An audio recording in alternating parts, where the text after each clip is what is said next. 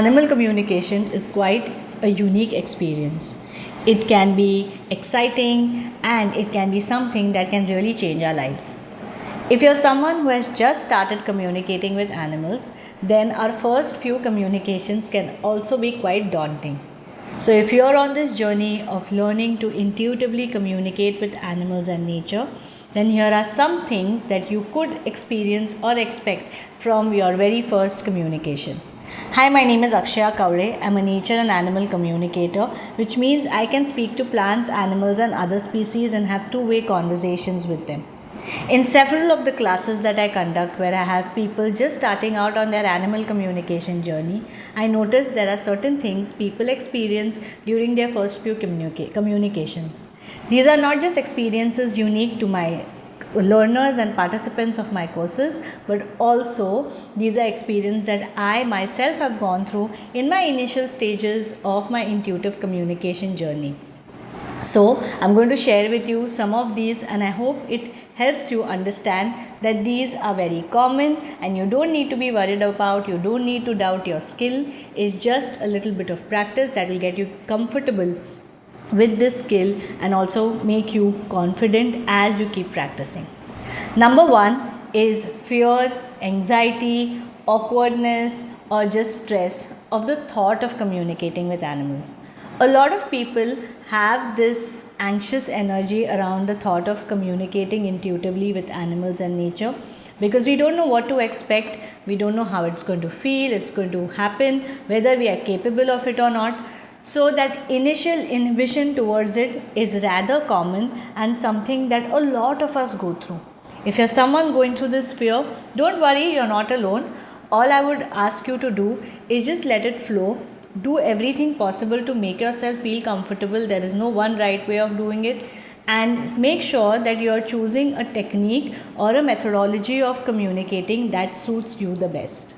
So the first thing is that fear or inhibition of actually being able to communicate with animals. The next thing you would experience is you may have random images or sounds come to you. This may be absolutely random, you may not understand what it means, it may be very confusing, and that's okay.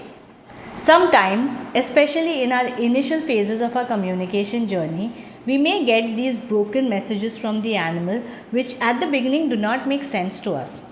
Don't fret, don't worry, ensure that you make a note of all these messages because even if it doesn't make sense to you, it may make sense to the human of the animal. In case it is your own animal, just write it down, and as you complete your communication with your animal and you go through it again, it will start making sense to you as well. So if you're getting these broken random messages, don't worry about it. Soon with enough practice, you'll understand what these messages mean.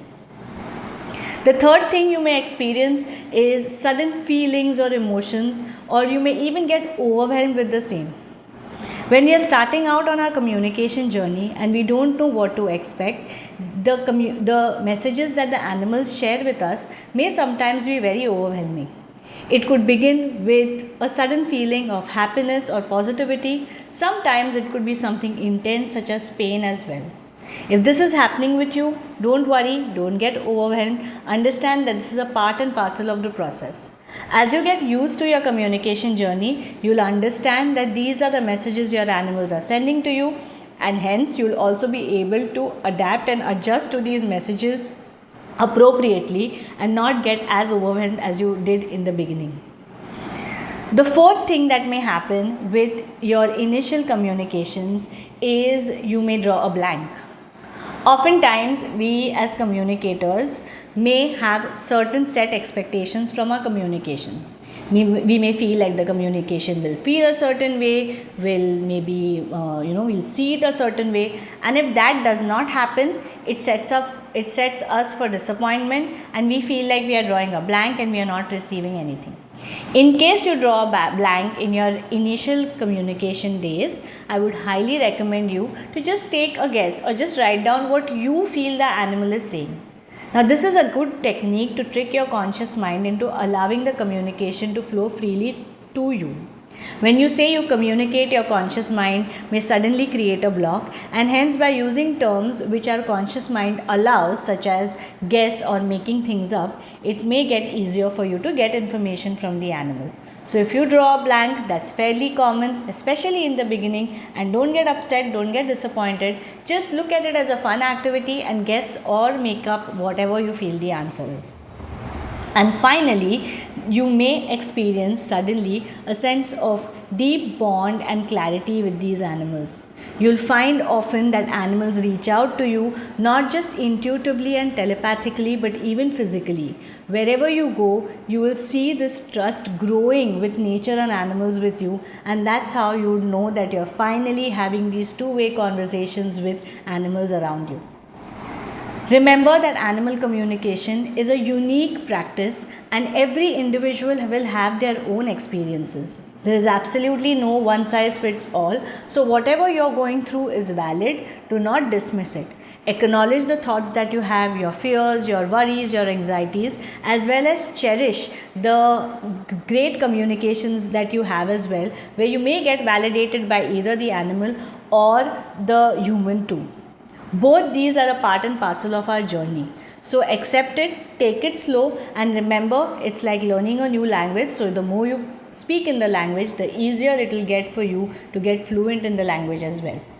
If you have tried this out or if you have more to add, please do mention it in the comment section below. And until the next video, bye bye.